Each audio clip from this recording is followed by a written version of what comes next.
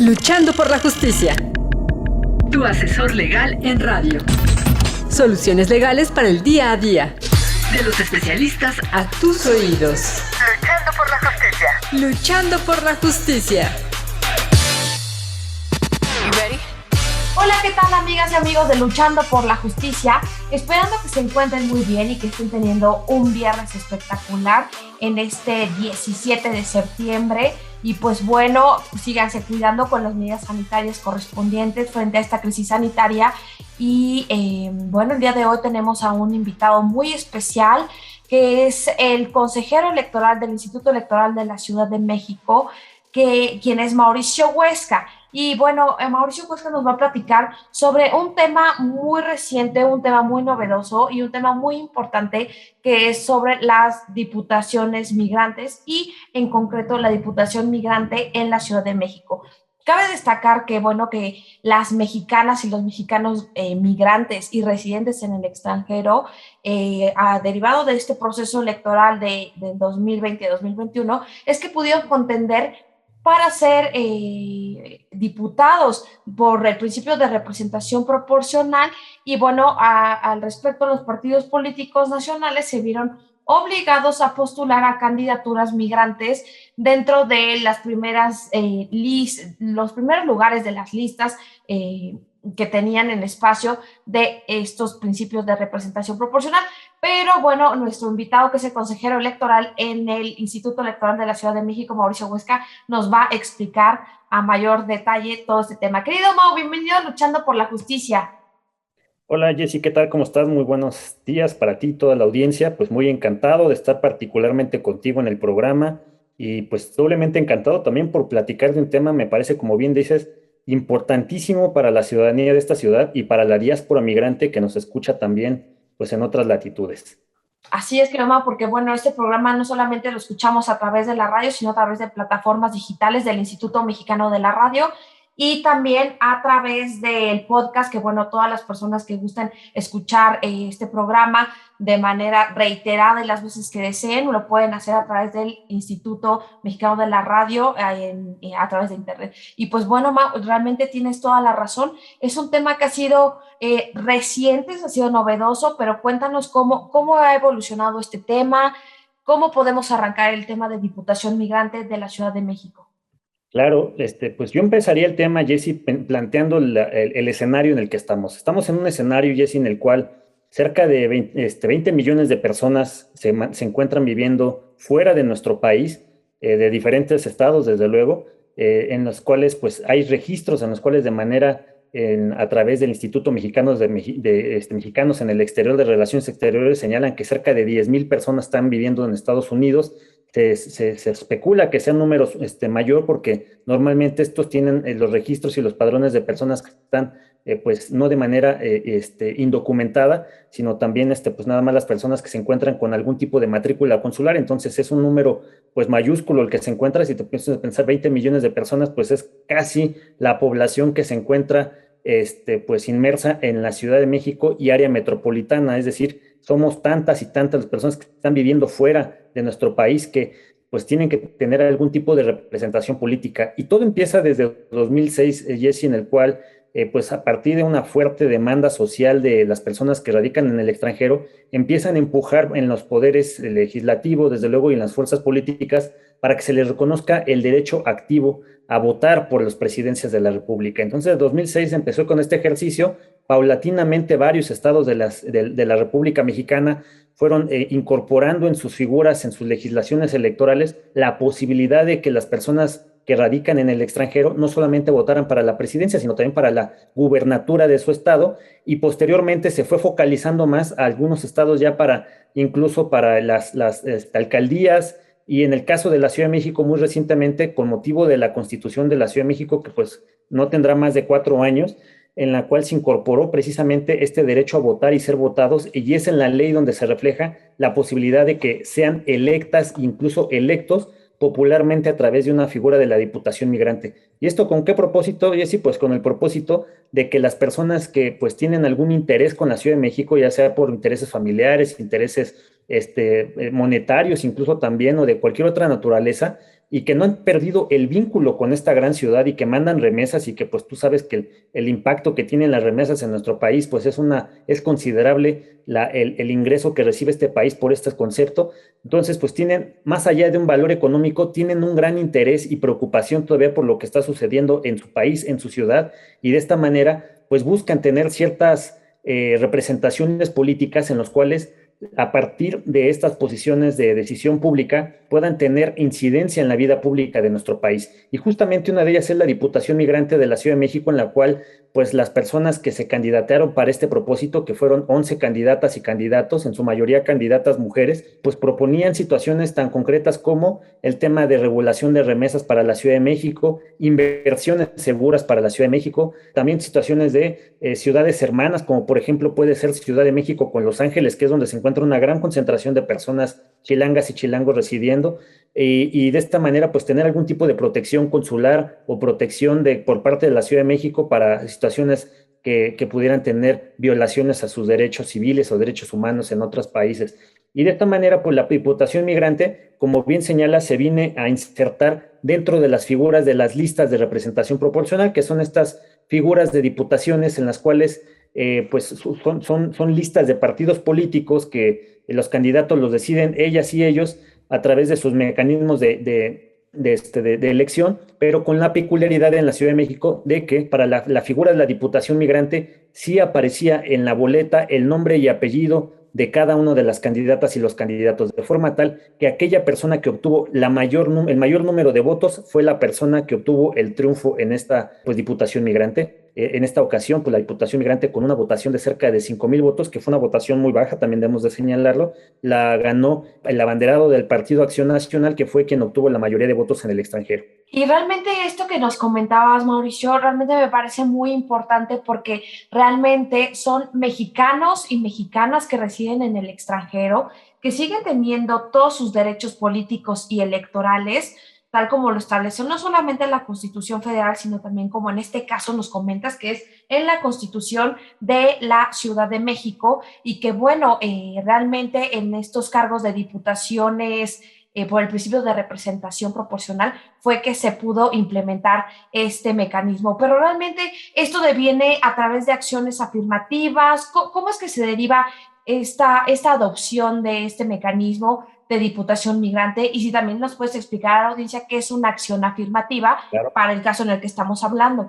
Mira, Jessy, justamente aparte de la reforma de 2011 en materia de derechos humanos en la Constitución, en el artículo 1, se vino una andanada de un principio pro persona, un principio pro homine, en el cual se tiende por el Estado mexicano a garantizar al ciudadano frente a cualquier situación. Y en esta dinámica, pues esta protección no solamente era anteponer al ciudadano frente al Estado, sino también pues proteger ciertos grupos de atención prioritaria o grupos en situación de vulnerabilidad que se les reconoce de otra manera también, los cuales pues han sido pues de manera ancestral, histórica, violados, discriminados, vejados por las propias estructuras del poder, por la propia sociedad,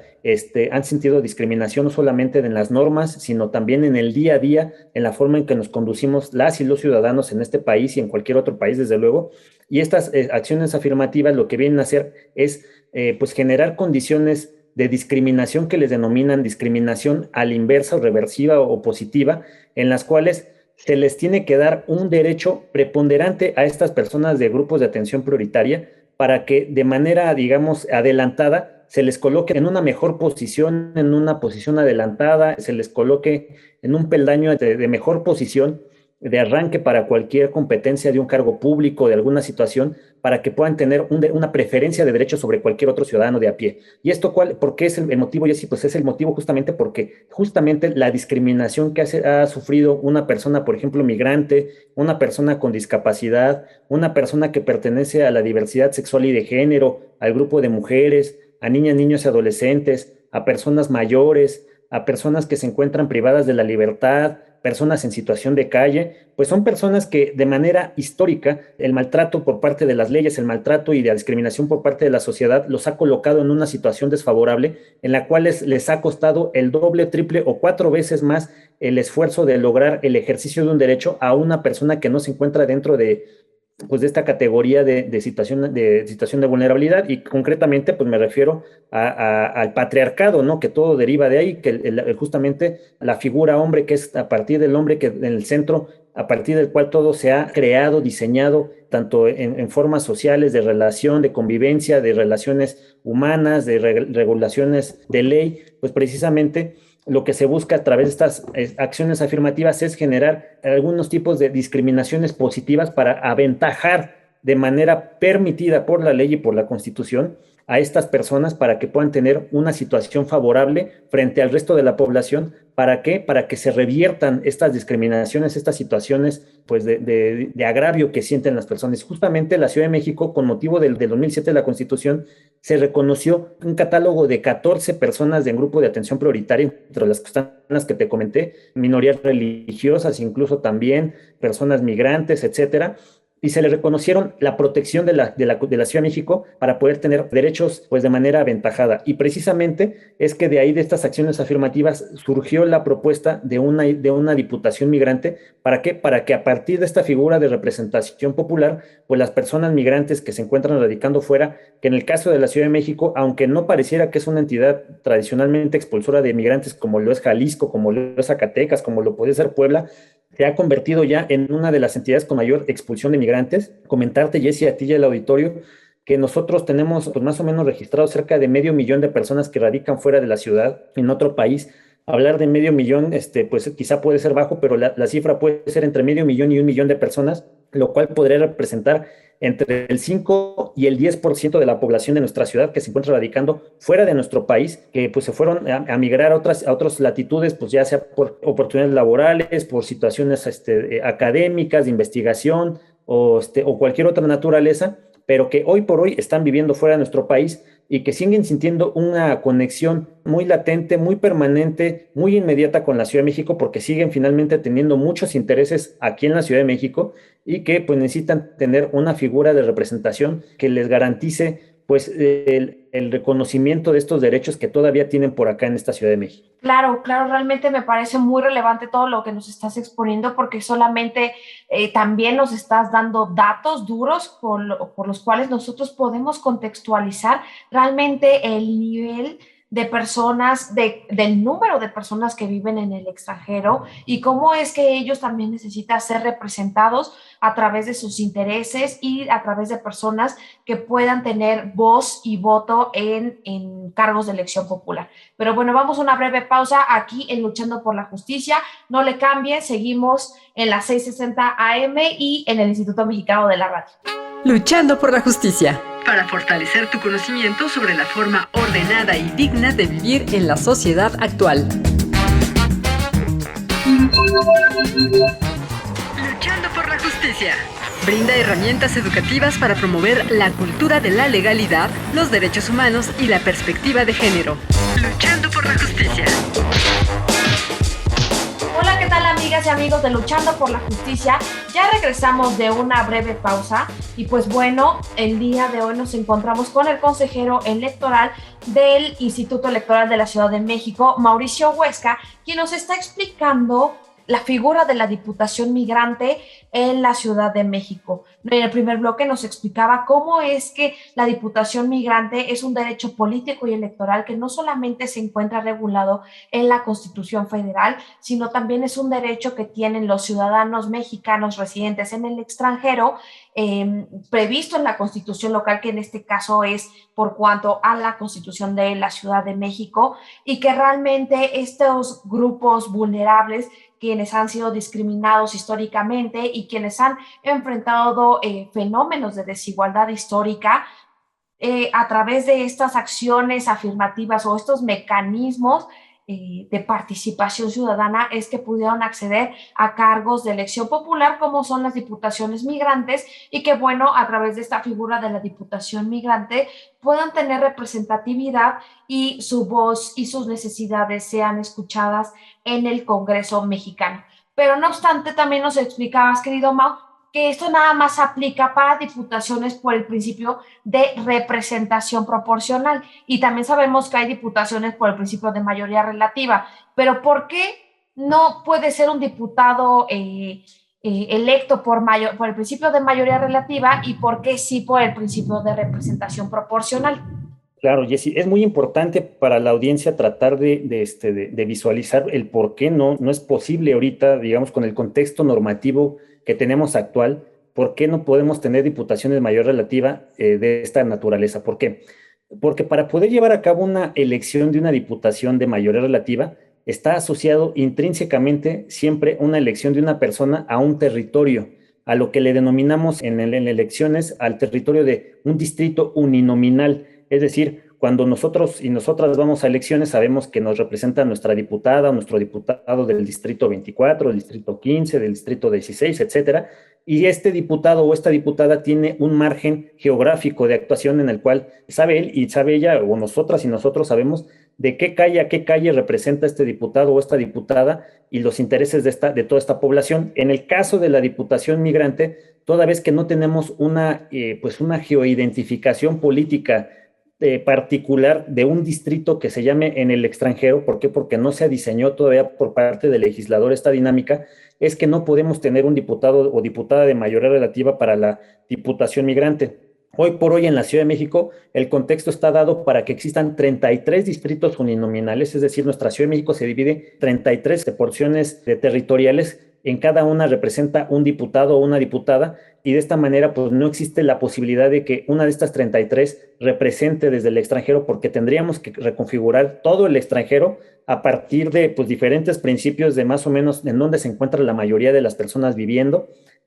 hacer un promedio de personas, y quizá para poder dividir las diputaciones migrantes en una o dos o tres regiones, ¿no? A lo mejor la región de Estados Unidos uno, la región de Europa, Asia y Pacífico otro, etcétera. Entonces, el tema de la división de distritos va a obedecer a varios elementos, el elemento de, pues, más o menos un componente de promedio de personas que habitan en un territorio. Hoy por hoy un distrito electoral aquí en la Ciudad de México, un diputado, dicho de otra manera, o diputada, representa entre 180,000 personas y 250,000 personas. Si pensamos que en el extranjero hay cerca de 500,000 de personas, alcanzaría incluso hasta para que fueran 2 diputados de mayoría relativa. Pero el tema es en dónde y hasta dónde pues representarían estas figuras de diputaciones migrantes. La gran parte de concentración de personas chilangas se encuentran en Los Ángeles, en Chicago, en Nueva York. Entonces podremos tener un distrito a lo mejor uninominal en el extranjero en Estados Unidos y otro distrito uninominal del extranjero para toda la parte, todo el resto del mundo. Y de esta manera poder transitar a la elección de diputaciones de mayoría relativa.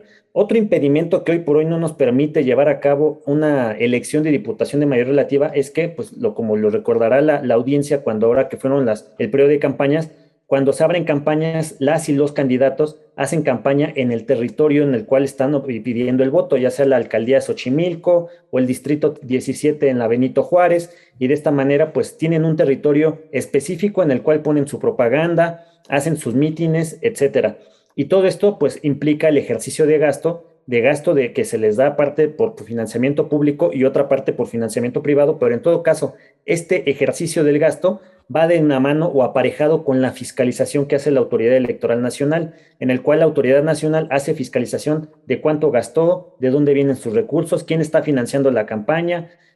cuánto está reportando el partido que está gastando, revisa los mítines para ver más o menos cuántas personas van, qué se contrató, y de esta manera pues llevar una contabilidad paralela a la que lleva el partido político para que al final del día, una suerte como lo hace Hacienda, revisar cuánto dices que gastaste, contra cuánto yo advertí que gastaste, y de esta manera pues preservar ciertos principios de equidad en el cual todos los candidatas y candidatos gasten pues un piso mínimo y un piso máximo, y que aquel candidato o candidata que rebasa ese piso máximo pues anule la elección si es que ganó esta elección. En el caso del extranjero, dado que no podemos tener la fiscalización extraterritorial, y esto obedece incluso hasta pues situaciones de soberanía nacional de otros países, que no podemos llevar actos políticos o gubernamentales fuera de nuestro país, porque esto podría implicar una invasión a la soberanía de otros estados, de otros países, pues no podemos llevar a cabo esta fiscalización, y es el otro impedimento que tenemos para llevar a cabo pues elecciones de mayoría relativa fuera de nuestro país. Sin duda alguna, en el momento en que se abra este principio de mayoría relativa para hacer campaña de manera extraterritorial, para poder tener circunscripciones extraterritoriales o distritos extraterritoriales, pues va a favorecer mucho a la ciudadanía, porque no solamente podrían postularse candidatas y candidatos de partidos políticos, sino incluso hasta candidatos independientes o candidatas independientes que con el voto ciudadano, el apoyo del sustento de la votación ciudadana, puedan obtener una curul, Jessy. Y realmente, bueno, ese es un tema también muy complejo también, querido Mao, porque, bueno, nos explicas que no solamente la redistritación para poder asignar un número de personas en el extranjero es importante, sino también el tema de la fiscalización en caso de que les asignen recursos públicos a los candidatos y en este caso a los partidos políticos, y sobre todo porque ya no estamos en territorio nacional, porque ya no estamos, bueno, los mexicanos que pretendan aspirar a un cargo de elección popular ya no están residiendo en México, residen en el extranjero, y por tanto existe una limitación constitucional, si lo podemos ver desde esa perspectiva, que limita el que ellos puedan ejercer propaganda o proselitismo desde el extranjero. Pero bueno, ¿a qué obedece esto, Mau? O sea, ¿por qué los partidos políticos o los candidatos que residen en el extranjero no pueden realizar campañas o proselitismo político si residen en el extranjero, pero son mexicanos? Claro, sí, Jessy, pues mira, esto tiene una componente constitucional. La propia Constitución del General de la República es la que prohíbe que haya campañas en el extranjero. Uno de los supuestos de los cuales, las justificaciones de que la prohibición es que es imposible materialmente llevar a cabo una fiscalización en el extranjero como se lleva aquí en nuestro país. Aquí en nuestro país la fiscalización, la Autoridad Electoral Nacional despliega a personas con fe pública que van en las calles revisando espectaculares, que van revisando los gallardetes, las mantas, las pintas de barda, los propios mítines, y van haciendo pues una revisión de todo lo que se está encontrando en gastos para contrastarlo contra lo que reporta el partido político. A su vez también hay otro ejército de personas de la Autoridad Electoral Nacional que está haciendo revisión de lo que encuentra en redes sociales, en portales de internet, para ver en dónde están haciendo gastos en estos rubros las candidatas y los candidatos. Y finalmente también hacen la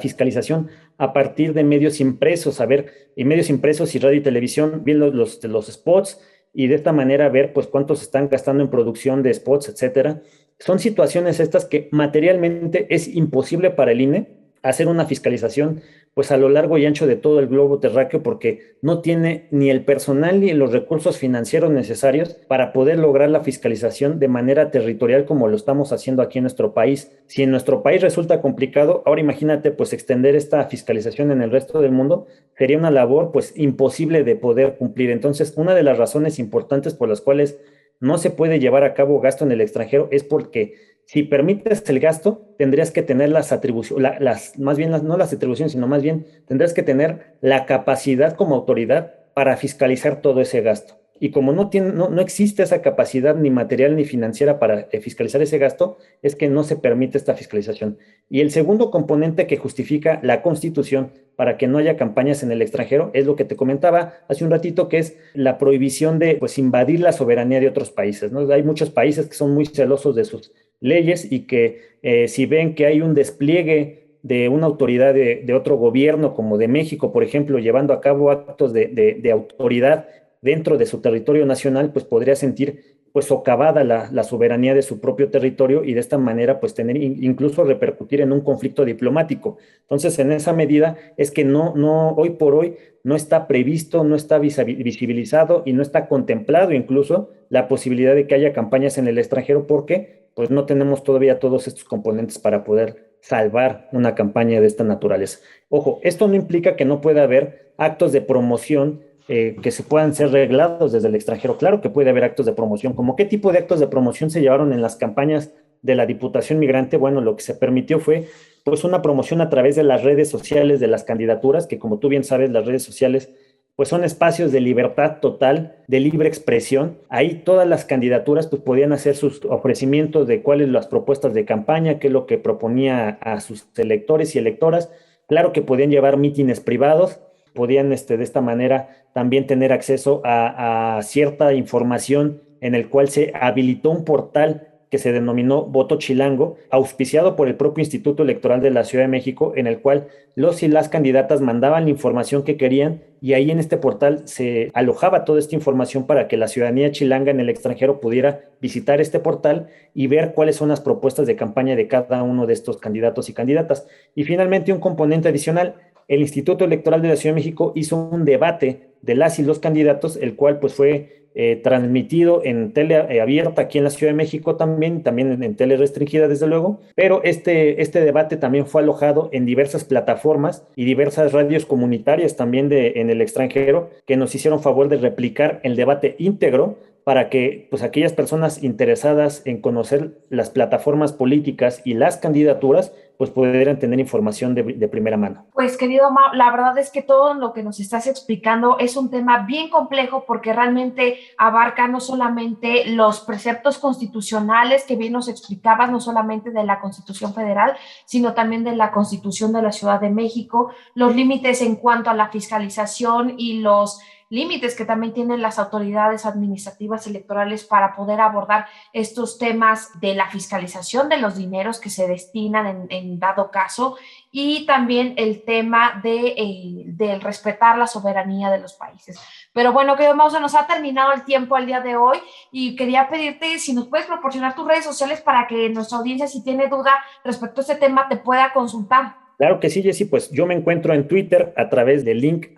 @MauricioUesca. Ahí me pueden encontrar para preguntarme lo que sea necesario. Normalmente subo mucha información de esto y de otros temas de participación ciudadana para aquellas personas interesadas. Querido Mau, muchísimas gracias por este tema que realmente nos faltó tiempo para seguirlo abordando y para seguir complementando esta información, pero seguramente ya tendremos espacio más adelante para seguir con ese tema que es tan novedoso y tan enriquecedor. Esto fue Luchando por la Justicia del Instituto Mexicano de la Radio. Nos escuchamos el próximo viernes a las 12 horas a través de Ciudadana 660 AM, a través de plataformas digitales y a través del podcast del programa. Yo soy Jessica Torres y nos escuchamos a la próxima. Adiós. La consulta popular del pasado 1 de agosto es una conquista ciudadana y refrendo de vocación democrática de México para consolidar la democracia representativa y participativa en México. Al igual que en las elecciones para cargos públicos, en la consulta popular nadie debe ser presionado para orientar el sentido de su voto, ni mucho menos ser coaccionado para que no vote ni llamar a no votar. Luchando por la justicia, promueve el pensamiento de respeto a los derechos humanos y que las diferencias individuales no sean argumento para justificar la desigualdad, el maltrato o la discriminación. Luchando por la justicia. Luchando por la justicia.